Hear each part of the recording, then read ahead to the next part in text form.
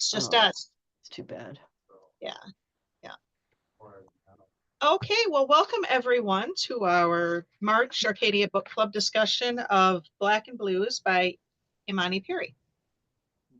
So this slim little book sure was full of things to think about. I mean, I was really moved and appalled and but also inspired by what she wrote, and the construct of weaving the word blue and all its different definitions through the lives of Black people was an amazing thing to do. And started out really in her grandmother's bedroom. And that's how she describes it, as being her portal into this book, being in her favorite place, surrounded by love, and her grandmother's blue bedroom, and how just that color and feeling has lasted her whole lifetime. Not an easy book by any means, but really one I think everybody should pick up and give it a shot. If you can't do it all at once, you can do an essay at a time or so. But I kept thinking, this is a difficult book to read, but it's a difficult life to lead. And so with that, does anybody want to share their feelings on this book? Well, I'll start. As you said, in a slim book, it's so full of guts and truth, and I've done quite a fair amount of reading about race because I was concerned about my own blind spots, and she's blown that wide open. Things that I thought I pretty much had an understanding of. I really appreciated it. There's a couple interesting things. Well, one of the things that struck me, many things, but one of the ones that stood out was the piece where she talked about percentage of Blackness. Like if you were 1% Black, you were Black.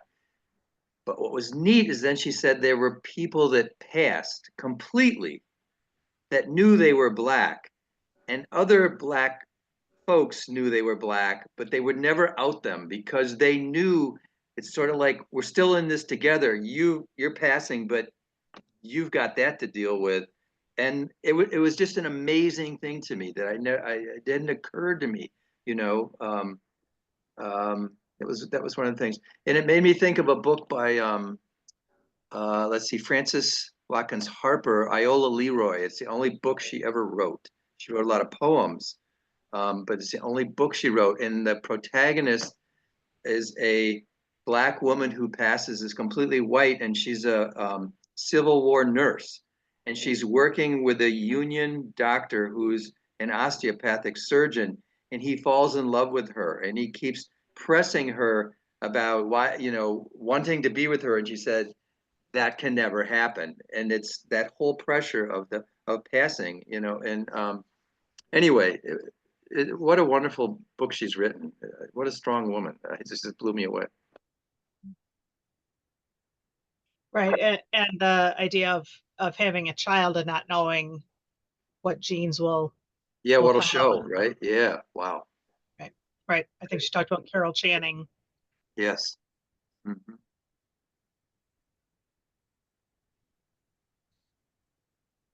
All right. Larry, you look like you're about ready to say something. Well, I just looked it up because this book and Woods Commons made me think about this excellent American Experience documentary that was on in the last month called Forgotten Hero, Walter White and the NAACP. And this is a guy I had not really heard of, who helped found the NAACP and led it for like 40 years. And ironically, since his last name is White, he was an extremely light-skinned Black person. So the woman he married, who was darker skinned, when they were dating, they spoke French in public so that people wouldn't think that they were an interracial couple. Wow. But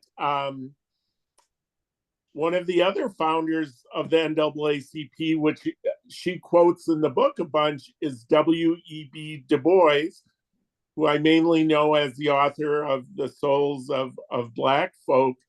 And it was really interesting because he and Walter White did not get along. And at some point, Du Bois attacked Walter White because he said he wasn't Black enough to lead the NAACP, and Walter White prevailed. During the Harlem Renaissance, they'd have all these writers and painters at their house, which they called the White House. But his marriage didn't work out, and he ended up falling in love with a white woman, which then that hurt his credibility. And that's why he is this forgotten civil rights hero, because of these controversies related to how white or Black he was. So it was really interesting. And just having watched that before I read the book, I thought the book was excellent. I think she's really a good writer. I'm very curious, since I'm very interested in Lorraine, what's her last name, who wrote Raisin in the Sun. Has anybody read her biography of her?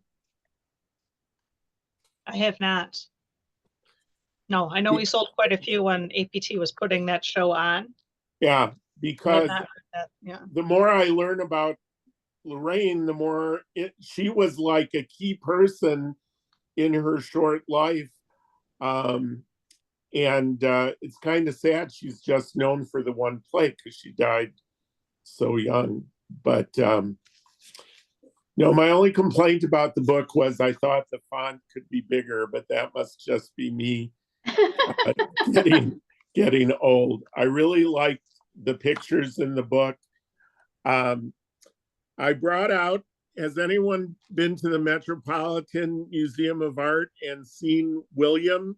This is the blue hippo going back to the Egyptians. And this friend of mine years ago, when we first saw it, we said, oh, that's ultra blue. And she did talk about some of the stuff with blue in history and stuff that I thought was really good.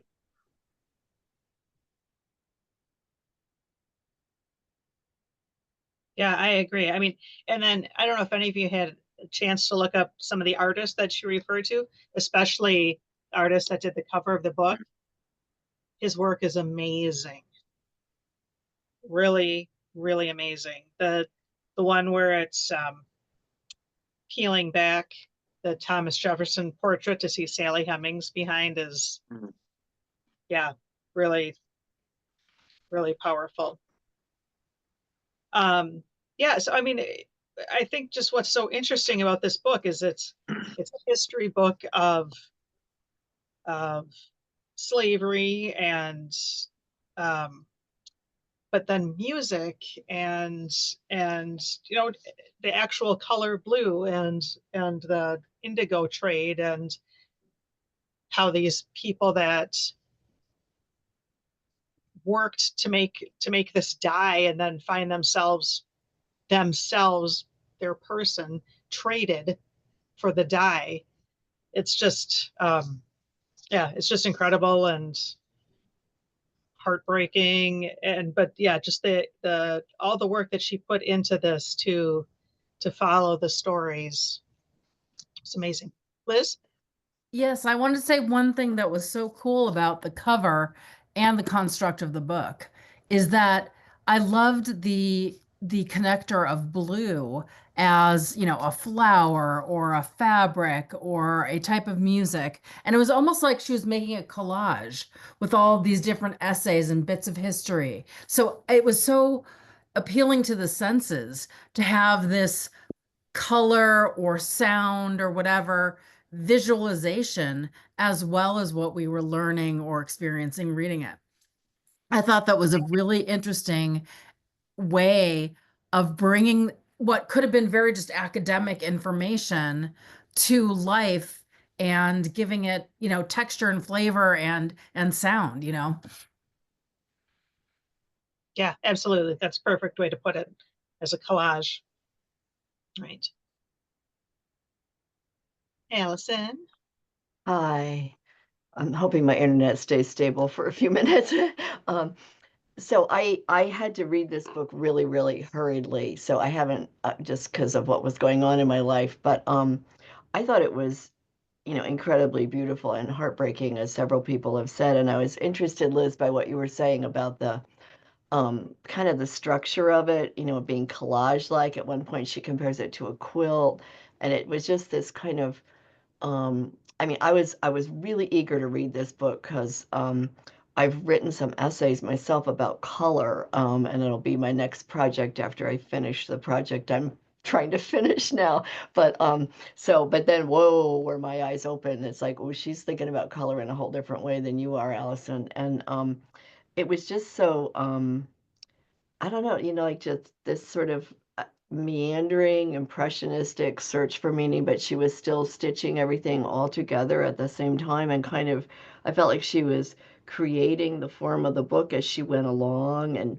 she really, um, I'm just interested when somebody blurs genre boundaries like this. I mean, it wasn't a memoir, it wasn't a history book, and it wasn't a pastiche of stuff either. It was very intricately sort of stitched together. And I don't know, it just had such a, even in its most very painful moments, and there were many of those, it had such a, it had a meditative quality to me, and the most of the sections were pretty short, not all of them, but it was such a interesting conceit as a way to look at the larger issue of race. And I mean, I learned things that I didn't know, just tons of tidbits, that stuff about the jasperware, the Wedgwood jasperware, and then what was his name? Camaro, the black ceramicist. More stuff about George Washington Carver than I knew before. It was just really interesting. Um, I wish she had, yes, yeah, there it is. Yeah, thank you, Liz. I wish she had talked a little bit. I wanted her to go into more depth about the writers, but that I'm just reflecting my bias. I just tell me more about Zora Neale Hurston. Tell me more about Lorraine Hansberry. Just tell me a little bit more about that. But such an interesting book, and it was just kind of like she takes this thing that's the source of so much sorrow in Black lives, and yet there's moments when it's also salvation. I mean, starting with that moment when they look up at the grandmother's ceiling and she says it's like a portal when she sees the blue inside it. I was like, that's so magical. It was very amazing to me.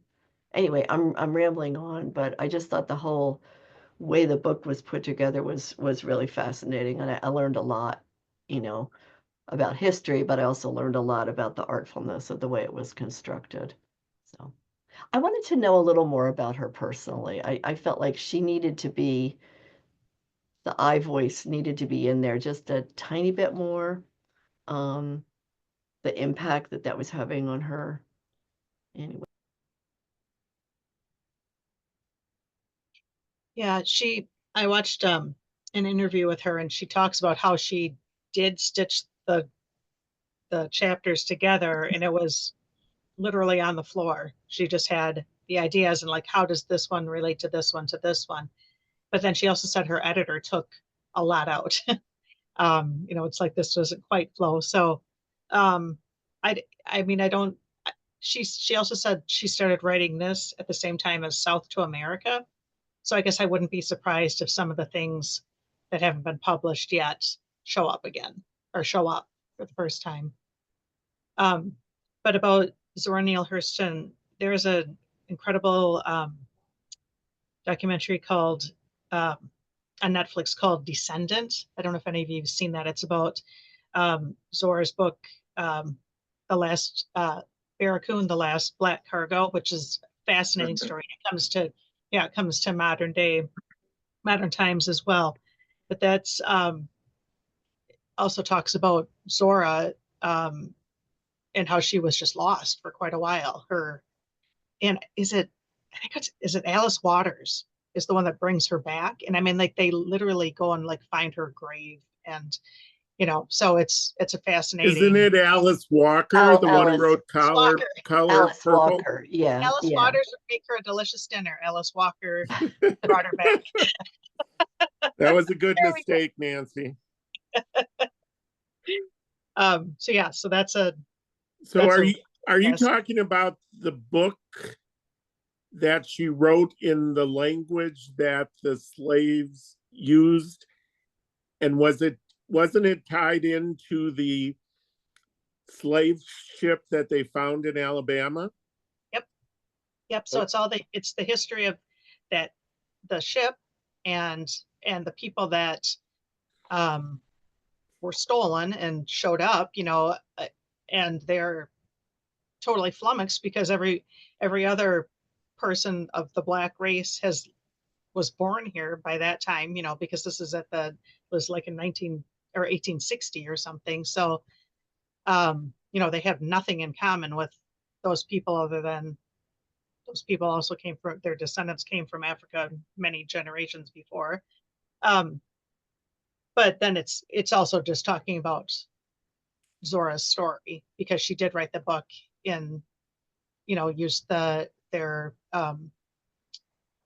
The book has a different name because I have it and I haven't read it, but I've actually been to the county and the place in Alabama because a friend of mine from the National Association of Counties is a longtime Black, they call supervisors, commissioners, and we got to visit that cemetery and meet with some of the actual descendants.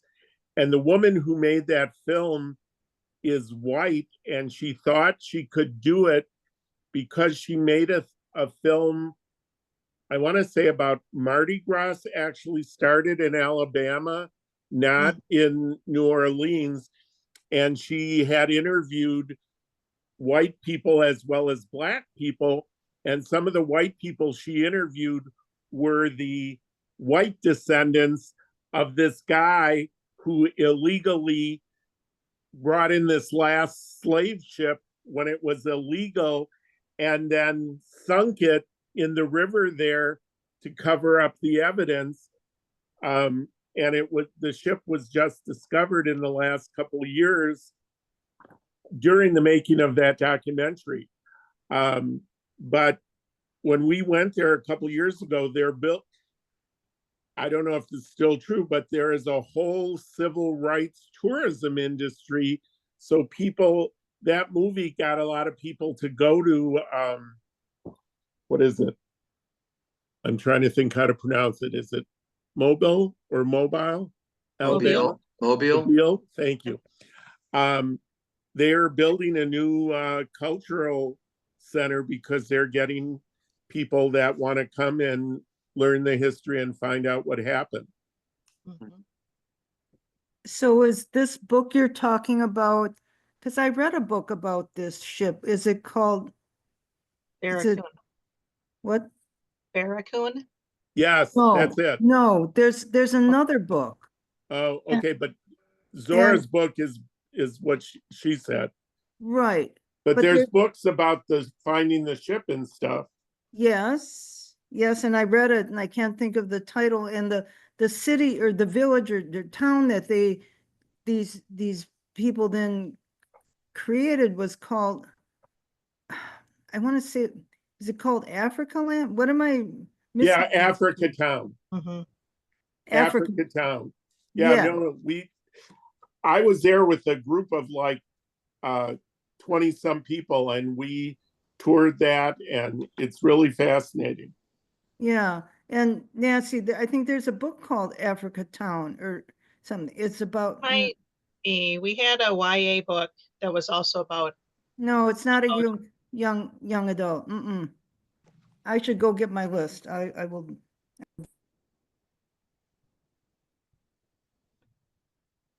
Okay, well, Barb is doing that. Did anybody else? Is there any other particular chapter or storyline that really spoke to you with the music or the food or? I love the music and jazz, but one of the things I found interesting was the idea of Liberia has always been something I haven't fully understood, though I know our country embraced it, and so many thousands of people went back to Africa. But it strikes me as so sad that even in the 90s in the Congo, well, so you have King Leopold and you have slavery in the rubber trade, and then in the 90s you have Joseph Kony, who's a black militant. I don't know what to call him, and he had the kids armies where he would have the children take the children from the villages, have them kill their parents, and make this child army. There was a lot of uproar in the world about Joseph Kony in the 92, 93. And it kind of just went away, right? But there's just so much that we don't know about Africa that we're related to, and she touched on a bunch of it really fast and intricately, the way it was woven, I thought. But I think I definitely would have to go back to it to actually understand it all, or a lot of it. Yeah, the way that colonizers could just come Right. in and, It's gone like you know, back and forth, it's been this ping pong thing in a way. right, and the same thing that they did to Haiti and just stealing all their resources and leaving the people in just devastating poverty. I read that the income, the average income in Congo it's like $450 a year. And that's not even the poorest. It was I can't remember which one it was, but an African country neighbor that was under $300. Wow. Oh, Barb says the book is called Africa Town, America's Last Slave Ship, and the community it created by Nick Tabor. Thank you, Barb.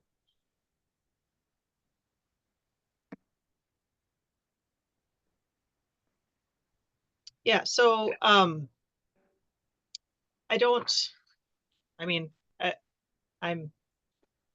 English and Scottish. I'm as white as can be, but I don't know if the thing is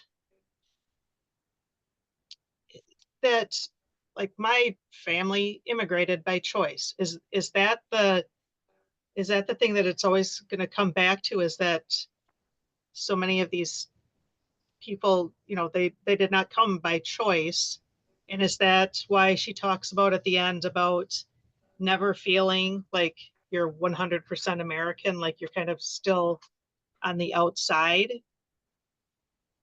I don't know. And I don't know that any of us can answer that. I don't know that anybody can answer that question. But it just, that's just so heartbreaking too, how much this country was built by the labor of Black people and yeah, and then they don't feel like it's their country as well. Liz? Yeah, and there was a part of the book where she also talks about people going back to a home country or home place and also then not feeling part of that either. Whereas you might talk about your English or Scottish heritage and feel very connected, but it must be so displacing to feel not a part of the place where you were brought to, nor the place where you came from, you know? So, it's not my lived experience, but that was illustrated very clearly, and I hadn't thought of it in quite that way before. Right, because we'll talk about our heritage like, oh, so and if they as slaves had done that, they would have been beaten. They tried to not let them speak their language or connect with anybody that they had had been from the same country or things like that. Allison? Oh, oops. Oh, you're on mute. There you go. I'm having a lot of technical problems here tonight. Good. In conjunction, I mean, I had a colleague when I was teaching at UW-Whitewater who went back to Ghana, where ostensibly her long ago people came from. And she said it was really, really difficult because she didn't feel like she belonged there. It was emotionally overwhelming, but she also felt like she didn't belong there either, so she was kind of in a limbo place in between. I mean, somewhere I wrote this down and I don't remember where she says it in the book. She talks about being inside the territory but outside the gates, and I just thought it was such a great way of describing, the Black perspective and also the perspective that she was, her stance in this book. I'm inside the territory because she talks about being American, but I'm outside the gates. It's also, I think, the way a lot of artists feel in the country, so artists and creative people, but that you're inside the territory, but you're outside in a different kind of way, but yeah, I would echo that, Allison. Speaking as a green card holder. So, yeah, I only got hold of, can you hear me? I only got hold of my copy yesterday from the library. Somehow, miraculously, I moved from being 20th on the hold list on Saturday, I was informed, to gaining a copy on the whole shelf yesterday because the book was a Stoughton copy, and if it's Stoughton, then you kind of get access. So I haven't read too much of it, but I dipped in here and there, and one of the things that struck me in one of the earlier chapters was writing in color, where she says, so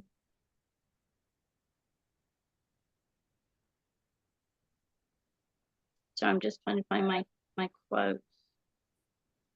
She said, important truths like how it was people held in the bottoms of slave ships survived so many figurative shipwrecks and literal ones too. And that really struck me, and I was fascinated too with the descriptions of Liberia and how convoluted that was, that you could go from one experience to a completely different one, and how bizarre and ironic all that was. And yeah, I just have found it very fascinating as I've dipped in here and there. And yeah, and the fact that somebody could be sold for indigo, my favorite color in the whole world. I mean, it's just bizarre, isn't it? Yeah.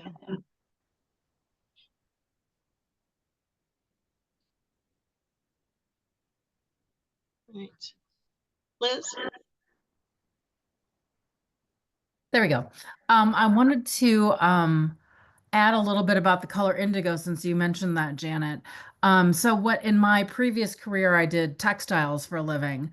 And so and during the time period we did a lot of indigo. So indigo yarn and sweaters and indigo dyed yarns and plaids. And so I was a fabric developer, so I got to go around the world and see how all these fabrics were made, which was great. But it's interesting because I love indigo and I've studied it a lot. I never associated with African Americans or Africans, or I always associated it with the Japanese, Indians. So that was fascinating to me because I had no idea of the connection between indigo and Black people. None. I had no idea. So, and I know how, oh my gosh, how invasive it is and how it gets everywhere. It's so beautiful, but it is so like it just takes over everything. So to work that picture that's in the book of the person by the indigo vat with blue everywhere. I can't imagine getting it on your person. I'm just like, oh my gosh, oh my gosh, the people in the factories would complain about it getting on their machinery. I can only imagine it getting on, a person, which of course they treated like machinery. But yeah, so that was really, from a personal perspective and my experience in my career, I had no idea, and I thought I knew everything about indigo. So little, just when you think you know something. Right. Yeah. Just the amount of research that she did on so many different topics to pull them all together is pretty amazing. Well, related to that, I didn't know that blue jeans and denim are dyed with indigo because of how color fast or how true the dye was. It kept its appearance through the roughness of labor. So I found that very interesting. I didn't know that. And I also didn't know that there was a law that said how enslaved Black people dressed. So the law forbade the majority of slaves from wearing their owners' old clothes. So I found that interesting. But I have one other thing I wanted to respond to Allison about art that I thought was really good on page 229. I think it is true that art is that thing we bring into our life in order to transform it. Art has an immediate force. It feels so good to dance, to sing, to play, but it also has environmental power. We can retell and rearrange who we are to one another and where we tend in living artfully. The imperative to do so is as constant as the blueness of the sky. That was the quote I wanted to read, Larry. I should have Beautiful. known you would beat me to it. You're like the master of finding the good quotes in the book. So beautiful. I highlight them, and while we discuss, I look for where are the relevant ones to share. But that is a great passage. It shows to combine art with all those different things and then bring it back to the blue. So James wrote down a couple notes. I asked if there's anything he wanted to share, and he talks about the chapter Heaven's There for Those. He says this whole chapter is remarkable, not just because I heard Brother Blue tell stories in Harvard Square from time to time, but the story of them both and how complicated every life is, and the impulse to share, to give, to want, to make things better. Seeing him then, I had no idea of his story. He was just one of the many slightly freaky guys hanging out around the square. So humbling to discover who he was, who the other bits of him were, and her, wow. The liberal Northern Harvard elites would have loved to make Blue a respectable Sidney Poitier figure and an engineer or a doctor, but sometimes people like Blue just got away. Yeah. So, yeah, James has been everywhere and done everything. So, yes. So, of course, he saw Brother Blue in Harvard Square. I listened to some YouTubes of Brother Blue, and it was pretty amazing. Yeah. Yeah. And, amazing that she was able to find his story and give him a better, a more fleshed out biography. Mm.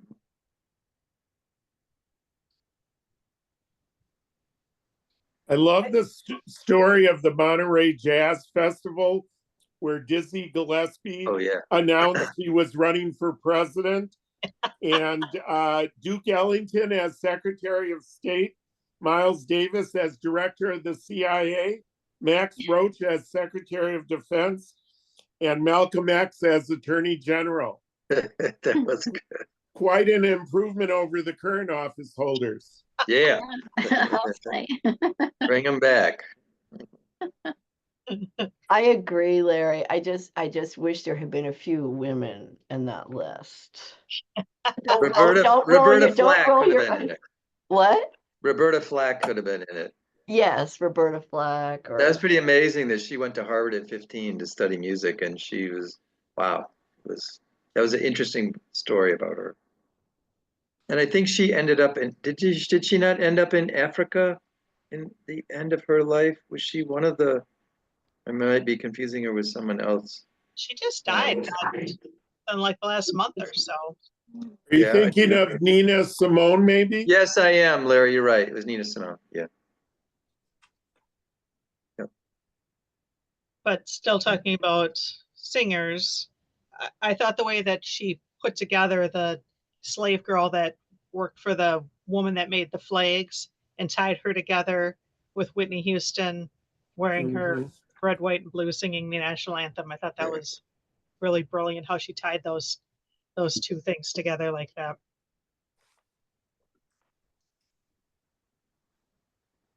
Yeah. And I think that Whitney's version is always like ranked #1 of the national anthem. So interesting as well. You know, I was going to say, as a parent of 3 children, 3 grown children now with grandchildren, I was just thinking about her as a mother and this author, and how, because I think she said she had 2 sons. I think I got that.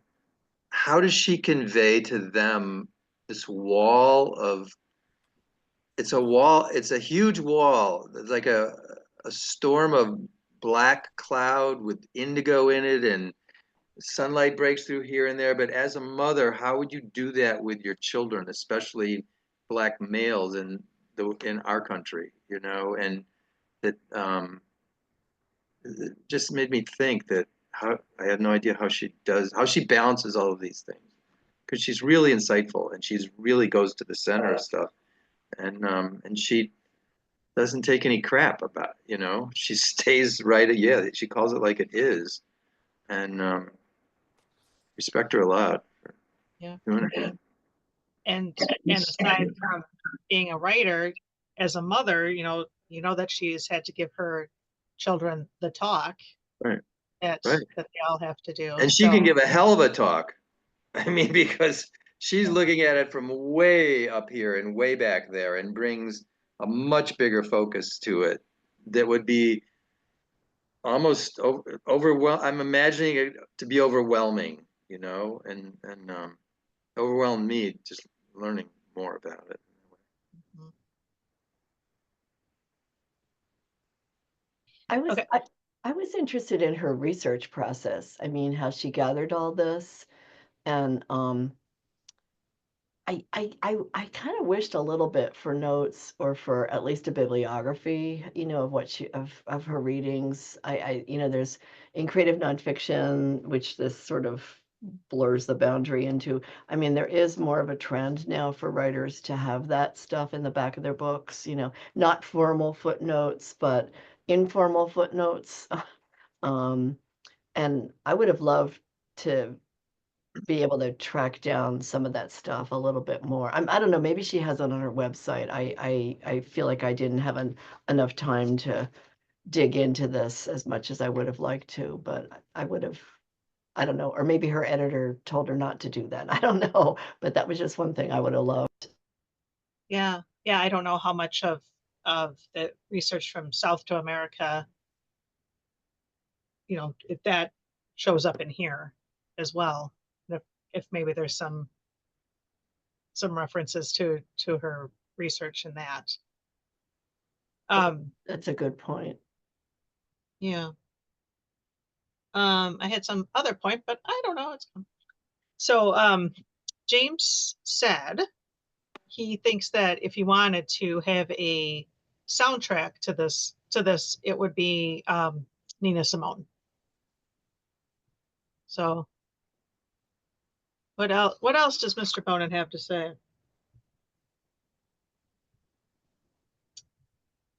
That's enough. That's enough from him. If he doesn't show up, he doesn't get to talk. Yeah. but I think, I don't know, and who am I to say anything? But I feel at least like from beauty standards or that our world is becoming way more inclusive, or just there's just so much more variety of what is seen as beautiful.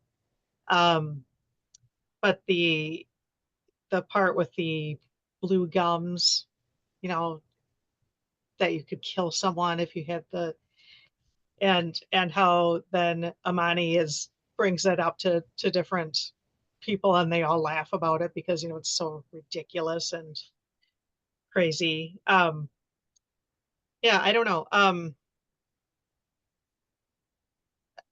It's just I find it hard to have anything worthy to say as a person that's had all never had to worry about so many things that she has or to come from that kind of history. So I'm not going to say anything else. So somebody else can pick it up for me, please.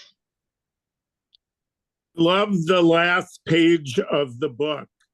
She was talking about her uncle Cornelius, and she told her uncle that she lives according to one of his precepts, that as long as I can read, I can teach myself to do anything, even survive a broken heart. It's true. And then at the bottom of that paragraph, but we are as humans come. The incomprehensible keeps happening. Death comes fast, frequent, and unfair. And we're still here. We know how to breathe underwater, living after death. It's a universe in blue. I thought that was a beautiful ending to the book. And once again, reading is the key survival skill. Great. I love that too, and I love the fact, just as Allison was saying, I was yearning for more about her personally. So for her to bookend it with some personal stuff about her felt good. I felt like she was less, like Distant. orating than sitting with us. You know what I mean? So I really thought that was a beautiful ending as well. And it was personal, and that was so nice.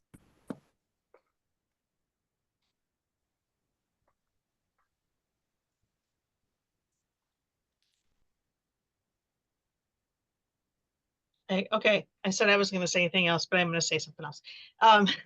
The original actor that was Jefferson in Hamilton, David Diggs, he has a music group that he sings with sometimes called Clipping.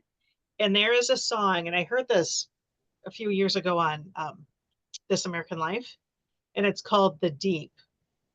And it's an amazing song, and just the tempo of it, it's all about how they would throw pregnant women or babies overboard as they were coming across on the slave ships, and it's an imagining of that these babies learn how to breathe underwater, and they get their revenge. So it's just a really fascinating song, and the way that the tempo and the way they pace the story as you're listening to it, it's really fascinating, really well done.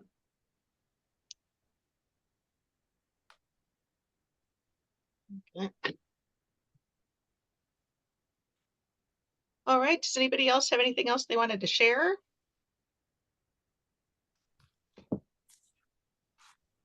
So we made it through a difficult book, but one I think was very important to read, and I don't know that any of us will stop thinking about it for a long time. So with that said, Nancy. next month we're gonna have a little more gentle. Nancy, Ken is trying to talk. Sorry. I am. The only thing I wanted to add is there was an interesting article in the New York Times, and it was entitled "Why Are We So Obsessed with Blue?" It was February 26th, and it's a very good article. But one of the things she said that prompted her to write this article, she'd been thinking about it for a while, was this book. So I just wanted to reference that and throw that out there for someone who may be interested in it. That's all. Oh, cool. Okay. And so that wasn't Imani Perry. That was somebody that referenced her in their article. Yes, yes. In the New York Times, Amanda Fortini wrote the article, and just blue in general, how it is the world's favorite color in a sense, but certainly referenced this book as well, Right. in it. So, And Nancy, Oh, the documentary you recommended, Descendant, was produced by Barack and Michelle Obama, and it's still on Netflix. Oh, good. Yeah, if you have Netflix, I highly recommend it. It's really interesting. But you really you might get frustrated because the descendants of the slaves are still being mistreated by the descendants of the guy that stole them and brought them over. So some things never change. Something I wanted to mention in today's New York Times was an interesting article about an actress called Meryl Oberon, who's this beautiful woman from the black and white movie era. She played Kathy with Laurence Olivier in Wuthering Heights. And her background was not black. It was Asian. She was of Indian origin. And that story had to be suppressed completely. She had to create this whole backstory so that she could have a career and a life in the United States. Wow. And the article goes on to say as movies became in color, then her color went against her because she was seen to be of color, not much, but enough. And so her career sort of dwindled. And I just found it so fascinating that I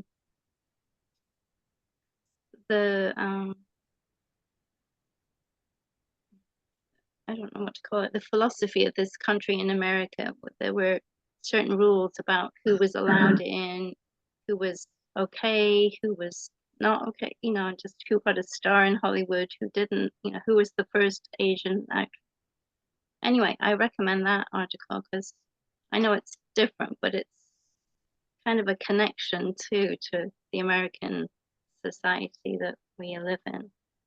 I So, I read that article too, and I thought it was amazing. I had no idea that was her background. I mean, she was very right. famous as a movie star in that. Yeah. And Yeah. she played, what was the other? Was it Anne Boleyn? I think it was. Yeah. Henry VIII, one of his wives. So, I mean, you can't get more English and royal than that. Totally non-Asian. Yeah. I recommend it for everyone. Well, that's fabulous. But we're beyond that. So yeah, we don't have to worry about things like that anymore. Well, I say as I read the headline that any women or people of color have been scrubbed off the Arlington National Cemetery website. Right.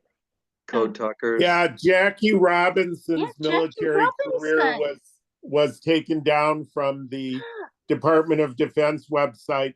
But my favorite is the guy who piloted the plane that dropped the atomic bomb, named the plane after his mother, whose name was Enola Gay. And because her name was Gay, that whole thing was scrubbed Struck off. I know, it's bizarre. I saw that too. That's so ridiculous. I mean, I just it's like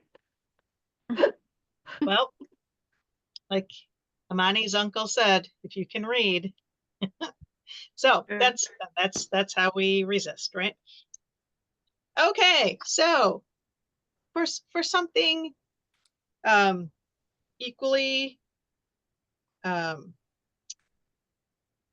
will also make you think and think of the way you see things. Next month we are going to read, and I don't have the book because we sold out of it already. We've got many more coming. James wrote about it today. It's called Raising Hair, a memoir by Chloe Dalton. It looks like this. I don't know if you can see that on your screen, but he absolutely loved this. My God, So, you guys, it is the best. oh, you Very read it already? I did.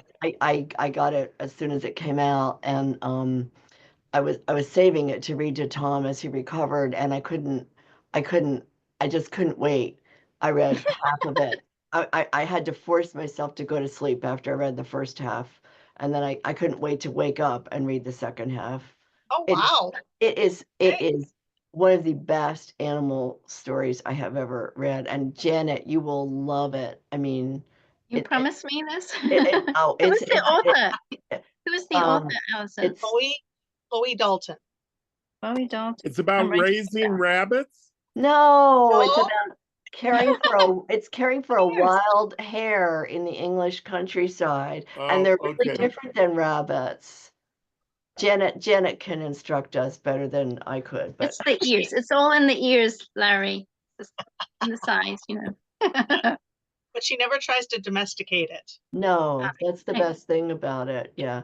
And it doesn't have an unhappy ending. Oh, good. Yeah. I need to yeah. know these things these I mean, days. I there's a lot to worry about because, environmental, stuff Right. affects the hare population Is and it stuff. told from the hare's point of view? No. I'm thinking Watership Down. Yeah. Oh, I know. Dating myself. But on Sunday night's episode of Watson, this girl got so sick, and the only fact they had about her life is that she said she raised rabbits in New Mexico. And it turned out she had been home visiting her family, and one of the rabbits bit her, and that's why she got so sick. Oh. Well, that doesn't happen here. So No. We need happy endings, Larry. Happy, you know. All right. It sounds happier than Of Mice and Men. I still think of that rabbit that George wanted to play with. Oh, don't go there, Larry. No, don't. Do not go there. okay. So April 16th, get your taxes in and then come to book club. Raising Hare, Chloe Dalton. 6 I don't know. same time, 6 Nancy? p.m. Okay. Same hair time, same hair channel. This will inspire me now to read it aloud to Tom as he recovers. Oh, nice. Yeah. Okay. Good. Yeah, But read I Tom don't have- something. You need to read for Tom something, Allison. I insist. I think this would be a good one. Actually, another friend of mine who's English recommended it as a good book to read to him. So, And there's always Winnie the Pooh. yeah, that's true. Yeah.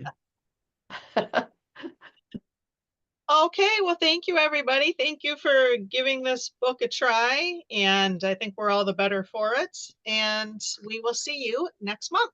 Great. Thank you. Thank you, Bye. Nancy. Bye. Thank you. Good night, everybody. Good Good night. night. Thank you.